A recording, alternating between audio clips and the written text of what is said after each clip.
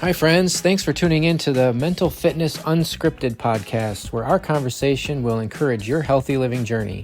Inspired by our Team Quadzilla coaching motto, healthy living starts between your ears, we talk about mental fitness in ways that challenge us to think about our thinking regarding topics like habits, leadership, exercise, values, marriage, parenting, and faith.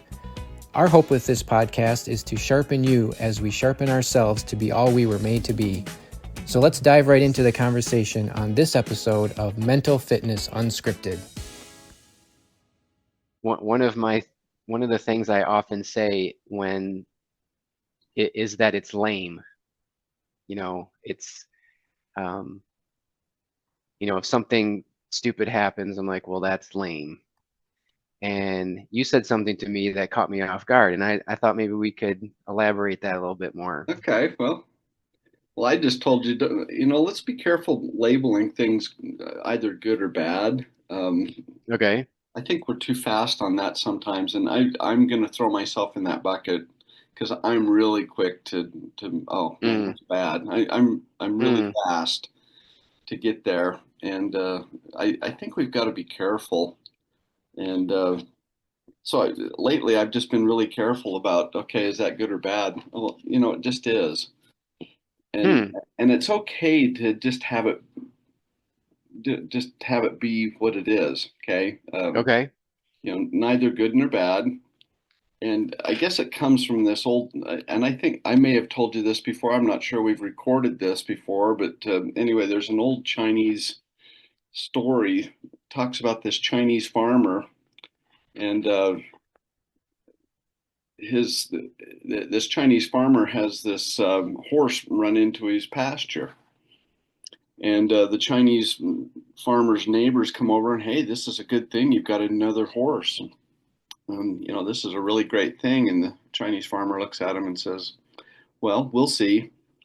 And next morning, the farmer's son jumps on the horse and the horse throws the son off and the son breaks his leg. And all the neighbors come over and say, well, that's bad. That's unfortunate that your son's broken his leg. And the farmer makes the comment. He says, "Well, we'll see." He doesn't make a determination. He just says, Okay. "Well, we'll see." Yeah. And the next day, this was back when the army would come by and conscript their sons for the army service. And anyway, the army came by to conscript the to collect all the young males of the village and put them in the army. And, of course, this kid, his leg's broken, so they didn't take him. The neighbors all came over and said, well, that's good. And, the farmer just made the comment. He said, well, we'll see. We'll see. But, I think sometimes we're just too quick. And, there's definitely things that are bad. Okay. I'm not discounting that. But I'm just going to go to you, Chad. Are there bad things that, just look back in your life? Are there bad things that actually directed you to something good or became good, or just because it was bad, you had a better determination to fix the outcome? Looking back, were they really bad? Wow. This is so profound and heavy. I love this. I agree. We are so quick to judge, aren't we? A circumstance or a person in whatever their behavior was, or an event, a thing that happened, an event, whatever. We're so quick to judge it one way or the other. And as a person of faith, I happen to believe that God's in control of everything, and everything is he has everything sorted well in advance. And now I don't want to get into all of that. Well, doesn't that make us robots? And it's like, well, no, because there's free will and all of that. I don't want to get into all of that today. But I can choose to have it be and remain bad if I want, or yeah. Yeah. Yeah, my point is that it is very true that our view of things is very limited, right? God's view of things is infinite. And so um, he can take, and there's so many instances in the Bible that tell us that he can make bad things into good things. We just can't see it yet. And your question to me is, can I look at my life and think of the bad things that happened and what has become of those? And I would say in every instance, depending on the point of view that I'm going to choose, I can see good that comes from every bad thing that has ever happened, every time. And so this is such a gut check of our, our mental fitness, quite honestly. How are we thinking of the things that are going on and happening to us? And man, you really struck a chord with me there. That's really good stuff. Napoleon Hill put it this way. He says, in every failure, there's the seed of the equivalent good. Mm, And notice that he couches it a seed of equivalent good. We have sure. to nurture that seed. Yes. Okay, it's Mm, not just going to show up. We have to right. nurture it. And to your point, being a person of faith, that means we have to exercise that action, believing that okay, this has Right. happened. It's not fun. It sucks, but I'm going to Yeah. take the seed of the equivalent benefit and I'm going to nurture that to my good. Yes. I have a belief that we go through difficulty, and we've talked about this before. Before, you may believe in God, you may not believe in God. That's fine. There's a higher power, and I think everyone will acknowledge that the universe will is there. I happen to believe in God, like you believe in God, and I really think that God uses that to show us our weakness, so that we can make that choice and say, you know what, that's a weakness. I'm going to use that to become, or to, excuse me, to make that a strength, and Yes. know that He will bless me and give me that power. In fact, He sent me here with that power, and He Mm, will augment that, and He'll bless and magnify my efforts for my gain. And so yes. I think He uses that to show us our weakness so that it can become our strengths. Yes. Yeah, you're basically quoting Paul in Second Corinthians 12:9 and 10, where he says that I delight in my weakness so that Christ's power can rest on me, and that basically when I am weak, then I am strong because God is with me and for me, and He's making these bad things into good things. And so it's a mindset shift in how we see the troubles and difficulties in our life, because they're truly um, opportunities, and like you said, they offer us a chance to become better and to sharpen ourselves. None of that stuff happens when we always win, Oh right? no. Yeah, we become overconfident. We expect it. There's this. Yeah. It becomes this enabling. We feel entitled. Mm, You know, it, yes. I have to win every time. Right. And so there's this entitlement. What's funny? I've got a little sign in my gym. I've got a home gym here, and I, it says success is rented and the rent Mm, is due. Okay. yeah. Just because you have success, it doesn't mean it stays. It's fickle and it will not Right. stay.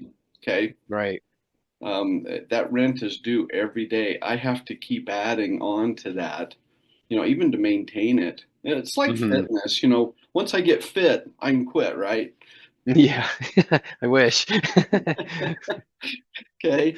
And what's funny is, you'll catch a cold or something and you're not able to work out like you have regularly done. And it's amazing how many weeks that takes to Hmm. catch up to where you feel like, oh yeah, I'm back where I was. Yep. Um, that rent is due every day. And I think that's true of our success. We Yeah. we have to pay that rent every day. And so we have to find those things and work on those weaknesses. And Mm, even the old weaknesses that we think are strengths, we've still got to be vigilant because we can mm, become, entitled and think, well, okay, I got this. yeah, I've arrived. that's right. Yeah, we get lazy in the things that we think that we're really good at. And that's why I love the line you shared with me. And I tell people this all the time when when you say, don't be the guy that says it works so well that I quit. It just kind of follows the same idea where we tend to get lazy in expecting success or performance because we arrived at a certain point in time, but then we're not paying the daily rent to keep that up. And yet we hold that expectation of the performance or the success, and that's just not how it works. No, it doesn't. No, no, Yeah. So no. let us not be the ones who are quitting the things that worked to get us to that spot where we felt like we, really did something Hey, it worked so or well, I became stopped. somebody. Yeah. Yeah. It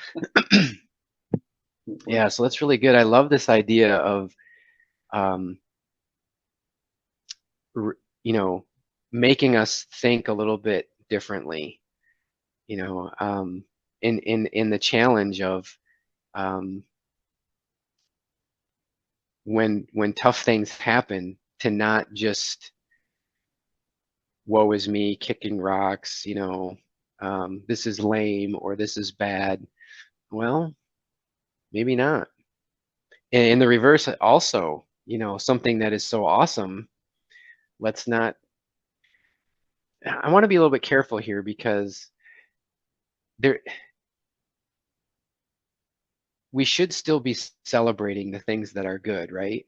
I mean, let's not take away from that. But at the same time, it's not like, I'm not saying that God takes good things then flips them around to make them bad so that he can, that's not the game that's being played No, here. no. But at the same time, we should be celebrating the good things that happen, but we also can't live in that expectation of that's always going to be that way without, any kind of activity on my part. I think what you're describing is humility. You know, Mm, humility has in its own self, its own confidence, its own, and forgive me for using the word, but it's got its own pride. yeah, It, yeah, indeed. it really has an element of its own pride, but at the same time, it's got its own element of, I'm unsure, and Mm, so that it kind of bounces back. I don't know how to describe it. Humility. It's funny if I say I have it, I don't. Right? right. Exactly. That's true. And so I think you've got to be careful with it because it really is a double-edged sword. I think it is Hmm. confidence, but it's also an understanding that there's not a confidence. And I think, Mm, like I say, it's that double-edged sword that, okay, yeah, right. I'm confident in that I can do this, but I'm not sure how, or just whatever that is, because you get the I call it cockiness. What happens, and I'm going to say a high percentage of the time when a team gets cocky. Okay, they set themselves up for a fail, and Right. you see people. And what's funny, this is probably a bad illustration, but I remember that there was a Supreme Court justice that was one time asked, well, how do we determine if something is pornography or not? And he looked at them and said, when you see it, you know it. Okay. And I think that's what we have with humility and with confidence. Hmm. When you see it, you know it. Mm, yeah. No, that's Okay. fair. Okay. Yeah. Like I said, that's a bad illustration. What's pornography? Well, Yeah. it's hard to describe, but when you see it, you know. So anyway, Yeah, and then you can't unsee it, well, unfortunately, and it's like, yeah, well, that's a topic for a different time. right, yeah. No, that's true. That I just saw a video, a short clip the other day where these these two these two gigantic bros were getting ready to arm wrestle. It was some competition or whatever, and this one guy is just like, uh, you know, flexing on everybody and yelling and belittling his opponent and poking him in the chest and all this kind of stuff. And the other guy is just like, hey, let's let the our activity prove it out.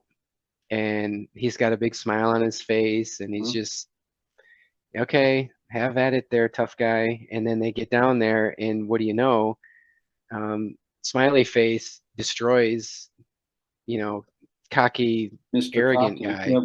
Yeah. And it's just like, we can't be that. That's not humility, I guess. No. It was my point there, is in that you can look at the two and you can say, well, this guy has it while this guy doesn't, and it's pretty clearly demonstrated in their behavior. So Yeah. I'm with you there on humility. That's how is you can see it. Yep. There's a confidence with humility, and there's also a Yeah. humility with confidence. Right. Yes. And Yeah. I love your illustration of those arm wrestlers because Yeah. you see it. Yeah. You see it, and you can tell when somebody is totally confident, and you can tell when somebody's not sure of themselves, and so they go Hmm. clear the other direction to That's cockiness. right. Yeah. Yeah. You Yeah. We can. see that a lot in in bullies, Mhm. or even as adults. There's still adult bullies, Oh yeah. right, in the workplace or whatever. Yep. And when I see stuff like that, I immediately think, now there is some deeply rooted insecurity somewhere, and this person probably needs a hug. And somebody to tell them that it's going to be okay. And Yeah. I don't know. Well, and see that goes back to labeling things. There's a Yeah. confidence Well. in not labeling it, right? But Yeah. there's also a humility in not labeling it. Right. Back to that story Right. of the Chinese farmer. Hey, Yeah. man, you got a new horse free. That's awesome. Well, we'll see. Right. Yeah. Yeah. There's is this maybe where the term cautiously optimistic comes from? Just the idea that, you know, we should think in a positive way, and we should start with optimism, but also to recognize that we don't know and we can't control so much of what happens, that have a little caution here, but also think of it in as positive a light as possible. I'm going to go with you on that. But when I hear the word caution, I'm cautiously optimistic. Hmm. I hear fear in my head. Oh, yeah. Okay. Okay. Yeah. You know, That's fair. because we can use that and say, well, I'm just being cautiously optimistic, when in Mm. fact, in my heart, I'm scared to death to move forward. Yeah. No, Okay. that's fair. Maybe So, there's some deception in that term, well, and cautiously optimistic. see here again, we need to be careful labeling, because I may totally misread that from saying, hey, we need to be cautiously optimistic, but I think it comes down to the action next. What am I doing Mm. next? Hmm. If I'm always holding off, we need more information. There's Mm. nothing wrong with that. To what point? You know what I mean? Right. Yes. It's back Oh to my that gosh. pornography. It's back to that pornography thing. What's pornography? Well, I can't describe it, but when you see it, you'll know it. Yeah. So, No, that's um, true. I'm going to agree with you, but at the same time, I'm going, okay, that can be a tool Mm, to avoid something that we're scared of. yes. No, that's good because there might be the uh the balance of caution versus optimism might still be put pretty out of whack, and you're just deceiving yourself. Yeah. So I could see that. Yeah, I'm very guilty of that. You know, Yeah. there's a part of me that will pretend or feign some optimism when in reality We've all done it. I'm not. I'm guilty. We've all done it. Yeah. We've all done it. Oh But man. you know, just going without caution, I think is wrong too. Okay. Yeah. I think there has to be. That's why I love the word humility, and I love Mm, the other word meek. You know, humble, hmm. meek. I really love those words. And Yeah. people think of meek as being weak and kind of reserved, and I don't see that at all. No. Um, I, I can see how they would see that, but at the same time, I see somebody um, who is meek. It's like your arm wrestler guy. Okay, he wasn't Yes. loud and boisterous. He was kind of meek, and but Yeah. but he was okay with himself. He was centered. He had a foundation. He knew who he was. He knew what he was capable of.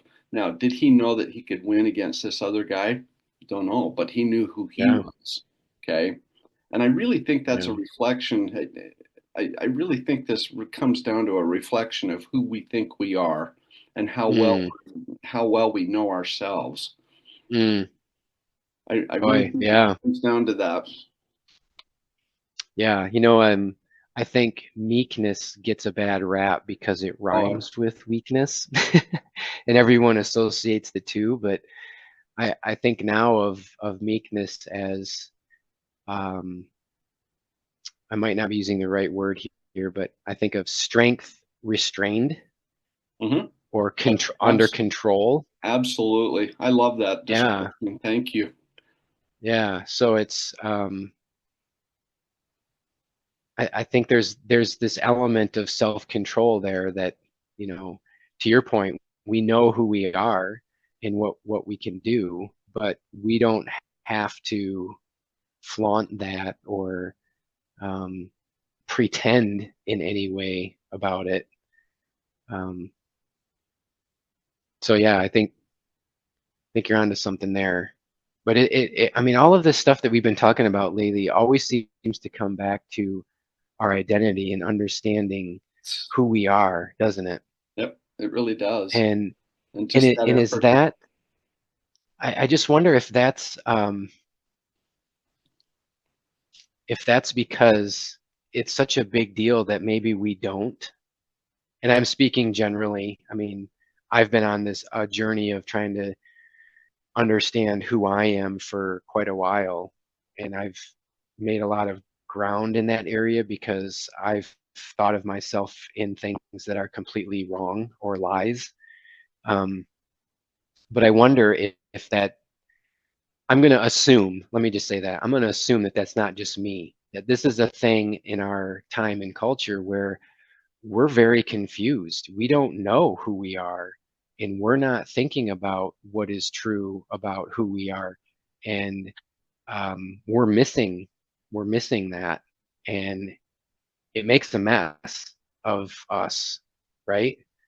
And so I think I don't know, I'm kind of all over the place today, but these are important conversations to have because it helps to ground me and recenter me in what is right and true about who we are and how that helps us to behave and to deal with the trouble that we face every day. So Well, anyway, in today's society, we want to read a book and just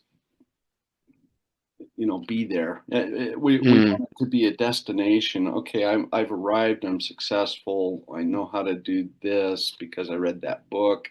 We want the quick fix. You know, true, yes. um, my wife and I saw a commercial for credit repair, and Mm, we were in the mortgage business. Sorry, I've got a call coming in.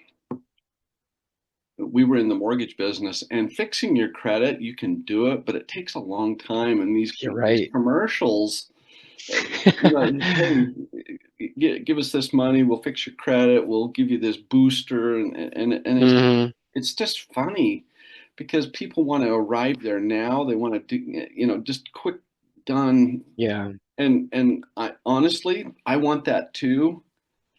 But finding who I am, I think, is a journey. It's not a destination. It's this path that I'm going down. And what I have to do, I forgive me a second, actually keep a compass right here on my shelf to remind myself that I've got to be headed the right direction, not a destination. Yes, I like that. Yeah, because we're always changing. Yeah. Who I am today is not at all who I was, several years ago. And Yeah, you'll yeah, collect so some there's virtual. no arriving. Yeah. No, and we get that confused. And I'm first in line to say that I do it. Okay, but society tells us, hey, if you buy this thing, you will be, or if you Yeah. get this program, you will be, or anyway. I think we have to be careful and just remember, I'm finding who I am all the time, and it's a journey. It's not a place. It's not a Yes. And so it's okay. Oh wow, man, it's back to the Chinese farmer. Oh, that's so unfortunate that happened to you. Well, we'll see. Yeah. Yeah. And No, that's really good. that's one of those things that shows me the weakness, and now I'm on this quest back on my journey to find who I am. Yeah. But Yeah. some people have been down that trail far enough and know that they're still going, that they have that confidence, but yet still maintain that humility that, you know what, I'm going to learn some more. Yeah, that's good. Very true. So what would you say, what is the big takeaway then, or what is the action that we can apply for this idea? Because I've got several things in my head, but I want to distill it to something that Yeah, we've covered a I lot can of run stuff. with. I Yeah. mean, we've really uncovered a lot of stuff. I think it really begins with being careful labeling things. Yeah. Let's just go back to where we started here. Let's just be Okay. careful labeling things Yeah. and have that attitude that, you know what, this is going to teach me something, good or bad. Right. Even the good stuff will teach me something. Yeah. That's true.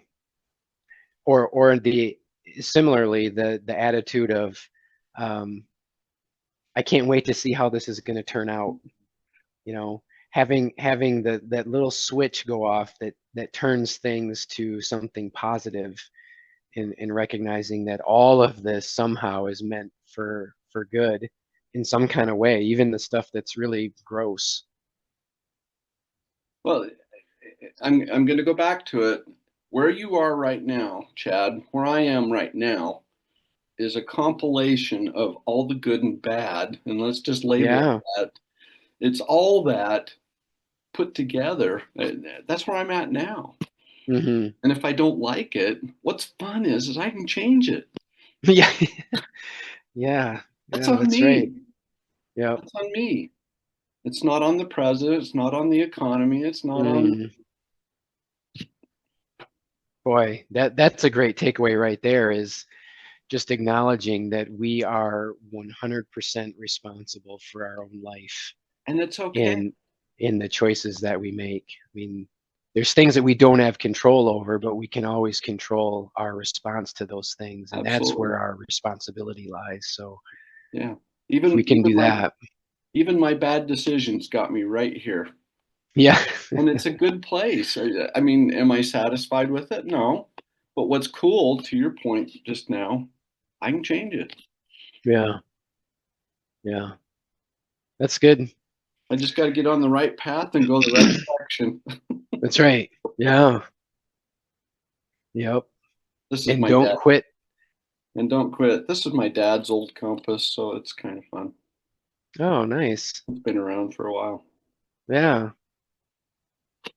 It's the kind of thing that lasts forever, right? I mean, it's not something that's really going to break necessarily, is it? Well, I hope not. Yeah. I hope not. All right. Well, did we slaughter that one? Yeah. Yeah, we did. We covered a lot of ground. I'm encouraged. Good. I think once again, I don't have any plan for what's going to happen here, but at the end, I'm convicted and encouraged that, we need to be careful about casting judgment on the things that happen around us, but yet always still leaning positive that there's something good to come from whatever it is. Whatever it is, good or bad. Yeah. Awesome. Good or bad. Chad, thank you. Enjoy your Yeah. vacation. Yeah, I will. Thank you very much. Go do something fun. Yeah, I'm looking forward to it.